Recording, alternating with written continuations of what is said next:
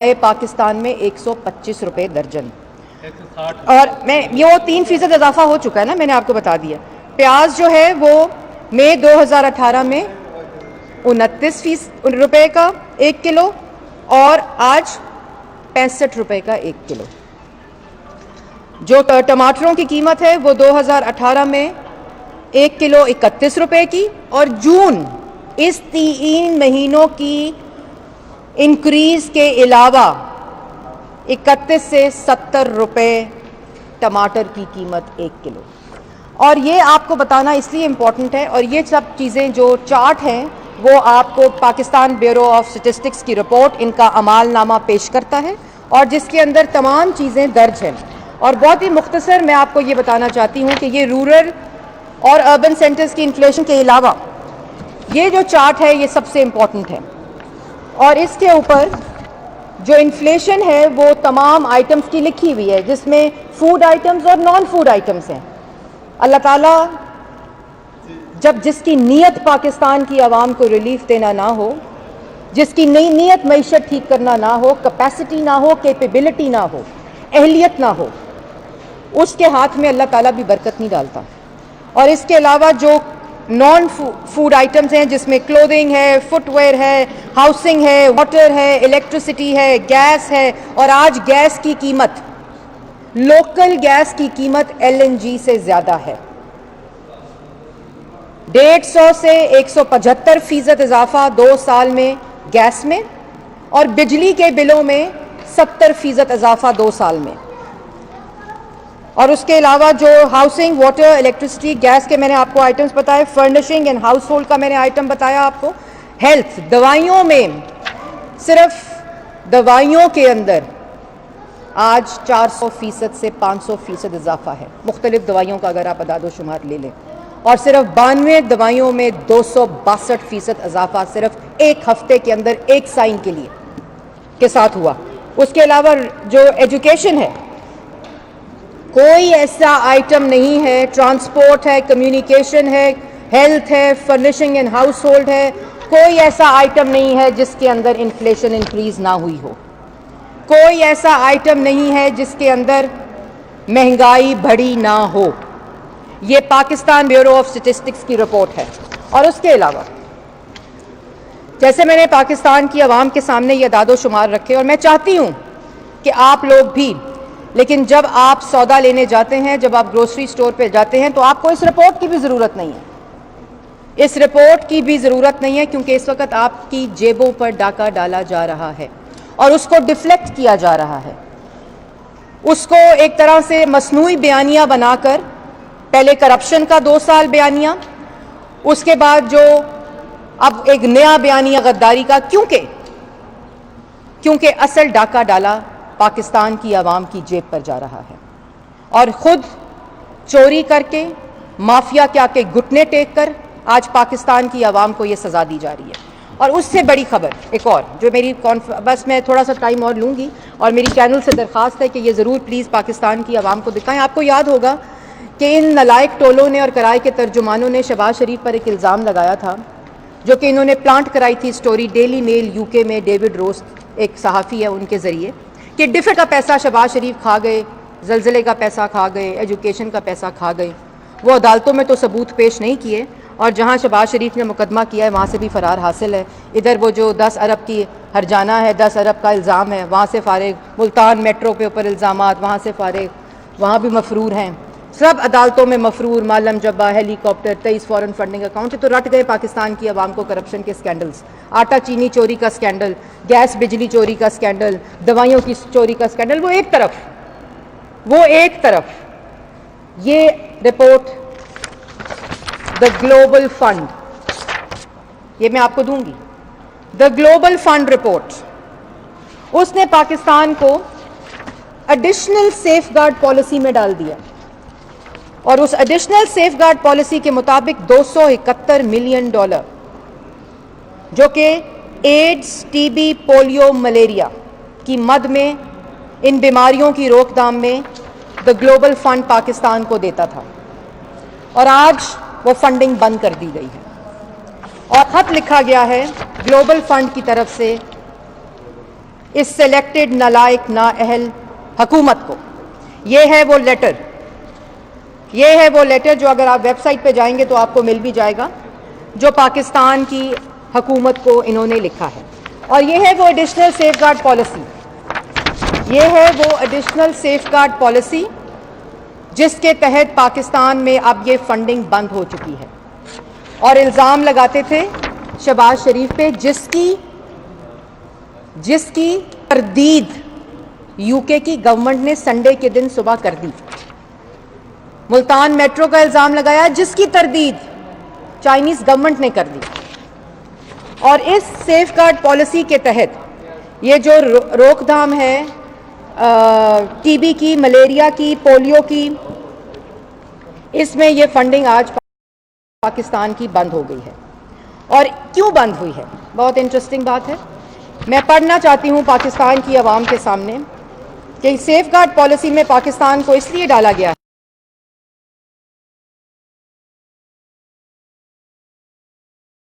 है कि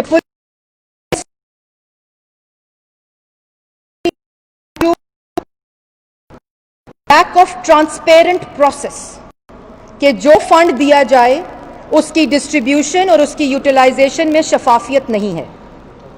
वो सूबों को मुंतकिल शफाफ तरीके से भी नहीं हो रहा। तीसरी, identification of fraud, misuse of global fund and financing and other funds, recent or ongoing conflict limiting capacity for the country coordinating mechanism, कि जो सूबे हैं उनको जब ये फंड ग्लोबल फंड देता है तो उसकी मुंतकिली में शफाफियत नहीं है। इसकी वजह से आज इस खत के ज़रिए ग्लोबल फंड ने पाकिस्तान को एडिशनल सेफगार्ड लिस्ट में डाल दिया। बात यहाँ ख़त्म नहीं होती। बात यह है कि इसकी झूठ का बलंदा लेकर सेक्रेटरी हेल्थ जिनीवा जाते हैं, वहाँ भी इसी करप्ट टोले के झूठों की वजह से एक दफ़ा फिर पाकिस्तान को शर्मिंदगी उठानी पड़ती है और उनको वापस भेज दिया जाता है। और उनको कहा जाता है कि जब तक ये 4 चीज़ें आपकी हुकूमत नहीं करेगी, शफाफियत, misuse of funds, lack of transparency, fraud, satisfaction जब तक नहीं होगी ग्लोबल फंड की, तब तक ये फंड नहीं आएगा। और उसके बाद एक खत लिखा जाता है सेक्रेटरी हेल्थ की तरफ से वापस आकर, जब मुल्क को रुस्वा कर दिया। एक तरफ आपकी जो फॉरेन पॉलिसी है उसका कंप्लीट कोलैप्स है, सकूत कश्मीर हो चुका है। दूसरी तरफ जब आप दूसरों पर इल्ज़ाम लगाते हैं वो झूठ करप्ट टोला, तो उसके बाद ये फंडिंग रोक दी जाती है। पोलियो के केसेस में जो इजाफा है वो पाकिस्तान की आवाम के सामने है। एड्स के ऊपर जो इजाफा है वो पाकिस्तान की आवाम के सामने है। पोलियो, टीबी, आज जो फॉरेन असिस्टेंस पाकिस्तान में आ रही थी इस मद के अंदर ग्लोबल फंड के ज़रिए, वो इनकी करप्शन, ये मैं नहीं, एक दफ़ा फिर मैं बताना चाहती हूँ, ये मैं नहीं कह रही, ये मुस्लिम लीग नून नहीं कह रही, ये ग्लोबल फंड कह रहा है इस खत में, इस रिपोर्ट में, उसकी वजह बता रहा है। तो ये सब कुछ क्यों हो रहा है? ये सब कुछ इसलिए हो रहा है कि हुकूमत की तरजीह पाकिस्तान की आवाम नहीं है। हुकूमत की तरजीह ये महंगाई, ये बेरोज़गारी, ये मईशत की तबाहाली नहीं है। हुकूमत की तरजीह पाकिस्तान में हस्पतालों, स्कूलों की नहीं है। हुकूमत की तरजीह पाकिस्तान में इन बीमारियों की रोकथाम नहीं है, इस करप्शन को रोकना नहीं है। हुकूमत की तरजीह हर मुखालिफ आवाज़ को बंद कर देना है, शहबाज शरीफ को गिरफ्तार करना है, नवाज शरीफ को वापस लाना है, मरियम नवाज को गिरफ्तार करना है, शाहिद हकान को गिरफ्तार करना है, राना सनाउल्लाह को गिरफ्तार करना है। क्योंकि राना सनाउल्लाह, मरियम नवाज, साद रफ़ीक, शाहिद हकान, एहसन इकबाल, नवाज शरीफ, मरियम नवाज, हमजा शहबाज, शहबाज शरीफ, ये क्या बात करते हैं कि महंगाई 3% से 13% कैसे हो गई। पाकिस्तान ब्यूरो ऑफ स्टैटिस्टिक्स का अमालनामे का जवाब दें। गैस आज किस तरह लोकल गैस जो है वो LNG से महंगी है, किस तरह 150, 175, 200% इजाफा हो गया। बिजली की कीमत में कैसे आज 50% इजाफा। सर्कुलर डेट की बात होती थी, इन्फ्लेशन की बात होती थी। जब वजीर आजम चोर होता था उस वक़्त ये अदादोशुमार होते थे। अब वजीर आजम डाकू है, इसलिए पाकिस्तान की आवाम की जेबों पर डाका डाला जा रहा है।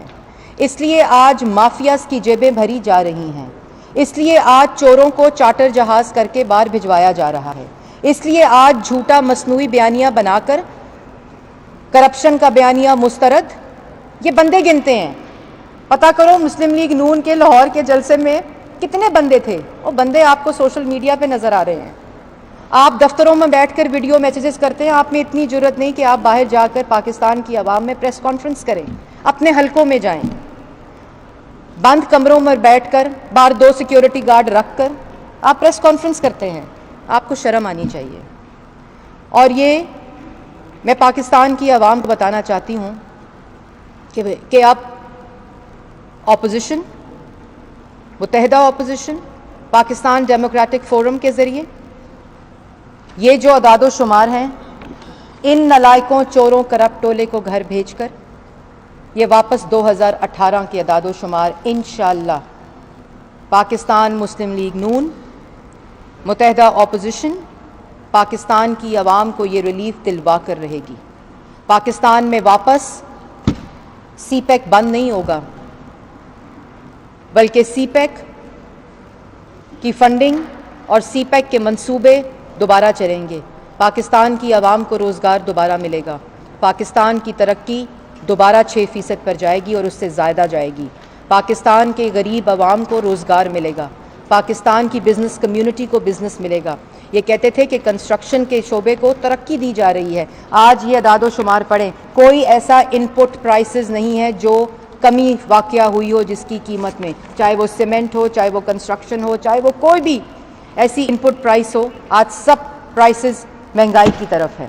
इसलिए ना हम ये गद्दारी के नैरेटिव से डरने वाले हैं, क्योंकि पाकिस्तान की आवाम जानती है कि एटमी कुव्वत किसने बनाया और सकूते कश्मीर किसने किया।